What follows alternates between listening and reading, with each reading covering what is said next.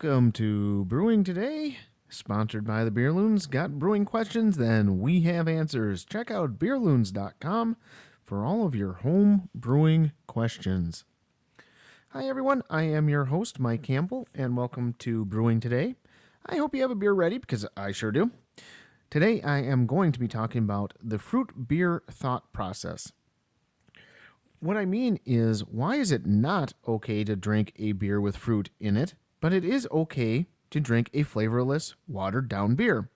Also, why are ciders not considered cool? I'm a bit confused on what standard we are going off of when it comes to the beer that we drink, and I want to explore that a little bit.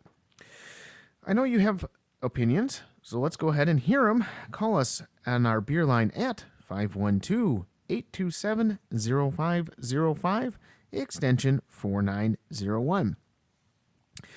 So here's the deal. I was looking up some beer information the other day, and I ran across a beer review that I felt was a little funny. What I found odd was how the author of the article started off with he wasn't sure he was drinking a beer because it was fruity and sweet. What? He even asked his wife if she thought it was a beer. And again, what? Seriously. My thought was that this guy has now lost every shred of credibility as a beer reviewer with me, but then I thought even more about it. Why does a beer with fruit in it not qualify as a beer? What about spices, oak, sugars? So you're going to tell me oak is okay, but fruit is not. And as we go through this, I mean, obviously this is mostly my opinion on the matter today, but it was just a subject that I found kind of interesting because, you know, you got an individual who's doing a blog and doing beer reviews and things like that, and it struck me odd a couple times because how have you never had a fruit beer before? And this was on a lambic beer, by the way. And how have you never had a fruit beer before? And why would you take this old school thought process on beer if you're doing beer reviews, if you're trying all these different beers?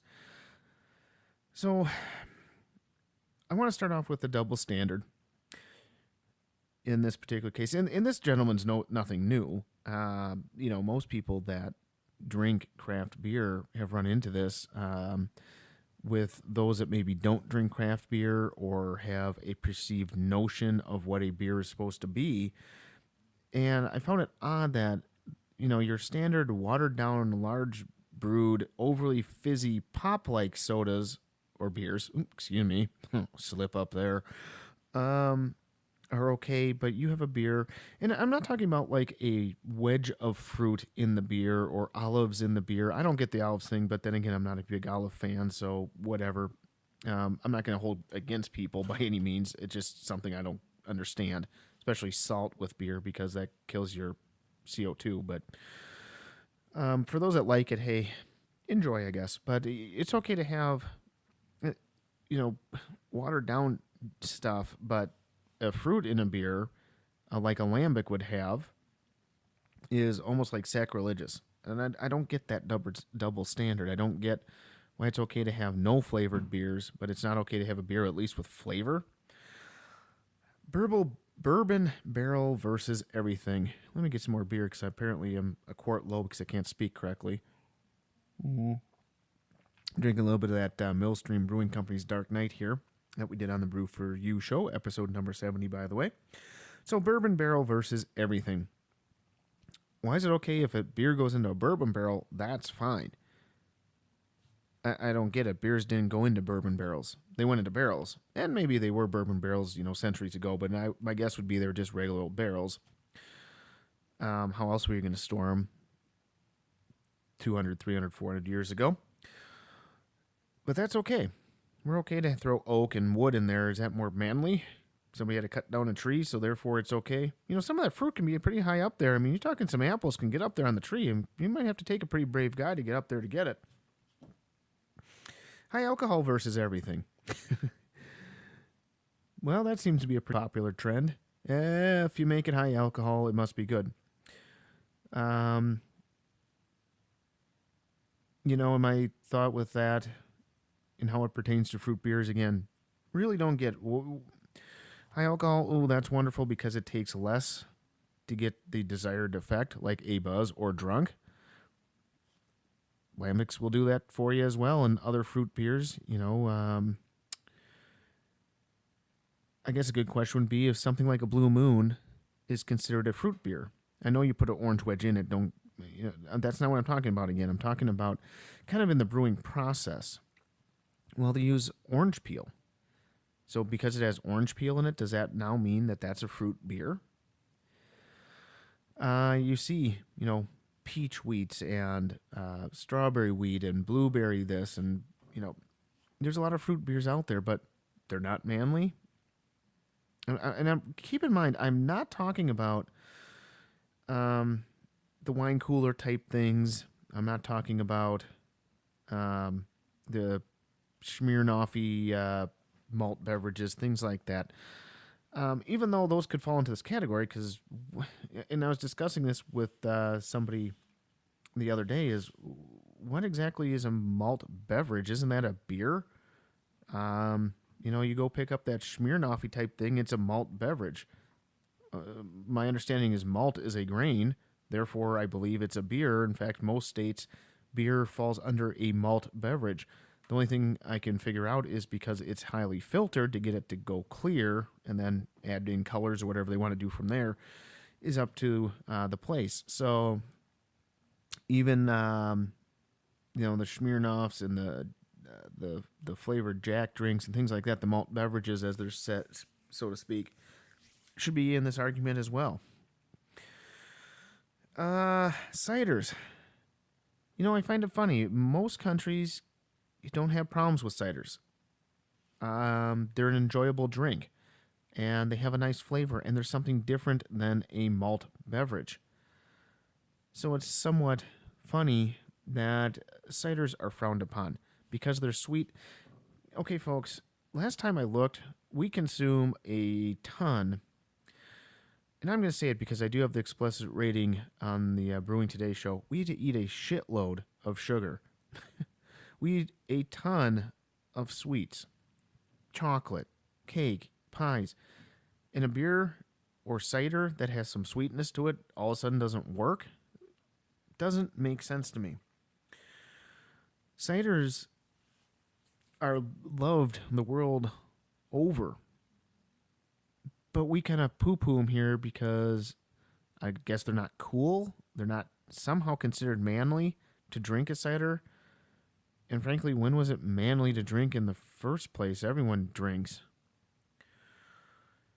I guess in the case of this reviewer and a lot of folks out there, ignorance is bliss. Because how can you review beers if you don't even know the general styles that are out there? How can you comment on what somebody else is drinking if you don't know what else is out there? You can have your opinion. That's fine. Just don't be ignorant about it. If you're going to have an opinion, have some knowledge of what you're talking about, I guess. And who cares if a beer is for women or men or whoever? If you enjoy it, drink it. There are many examples of beers, liquors, wines that are made for one sex versus the other. The funny thing is, nobody knows that. There may be, maybe something that leans a certain sex toward a product, usually in the advertising, but the overall flavor of the product, I don't think always leans a person one way or the other. And heck, I hang out with, we have younger cousins that we go out with, and I tell you, I can't imagine eating more sweet drinks than what these guys are all drinking. They're all in their, early 30s, late 20s, things like that. I can't find anything sweeter than that. So look, if you don't like a style, that is fine, but why put your personal ignorance into the mix? The manly angle is old and tired. Let's face it, if we still followed the manly thing, we'd all be enjoying water right now. How is water manly anyway? Barley wine is manly. Good God, that stuff will grow hair on your chest, but water? Keep in mind, I refer to the major American breweries as water. They're beers. Okay? Stealing from Monday Night Football now. Come on, man. Next, you'll be telling me that cloudy beers aren't manly as well. A person might want to do some research before putting themselves out there as a person with knowledge. If you want a private place to input some thoughts about the beers you've tried, I'm all for that. I think you should, but don't use a blog. Other people read blogs, like me. I'm not saying I haven't made a mistake or two along the way. We all know I have. I can't pronounce anything. But I do try to educate myself first. I actually do look up to see how to pronunciate things. What I hope our listeners gain from doing a show like this is to question what the norm is.